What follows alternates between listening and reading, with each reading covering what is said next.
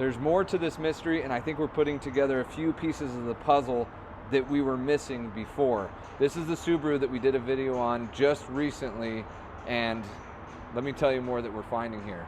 So we pulled this spark plug tube seal off, and we found an issue. Actually, a hole in this sleeve.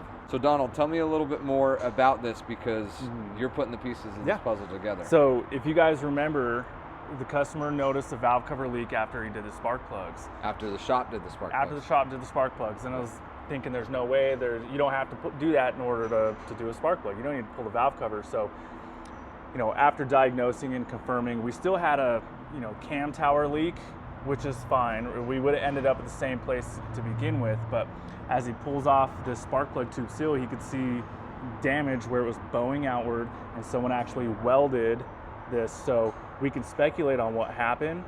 Whoever was in it, you know, they got impatient, they pulled out the plug, and they were just cranking, getting it out of there, right? So they just put a hole in the spark plug tube. So we found that it was leaking oil from the gasket, because they just reused the gasket, and this spark plug tube was filled with oil.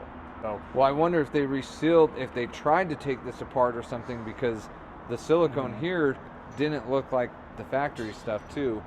There's a lot of speculation, but the shop definitely did something. And they covered it up, and they never told him. And now the guy is having to deal with this. They've owned this car since new, and this is the first time that they've had the spark plugs done. So it's, you know, the track record just kind of speaks for itself. But so we're gonna look at options. We might be able to find a good used cylinder head that we can recondition. Hopefully that's less. You know, we can price out a new one. They want to replace it, and they want it done correctly, so they don't have to do this job all over again.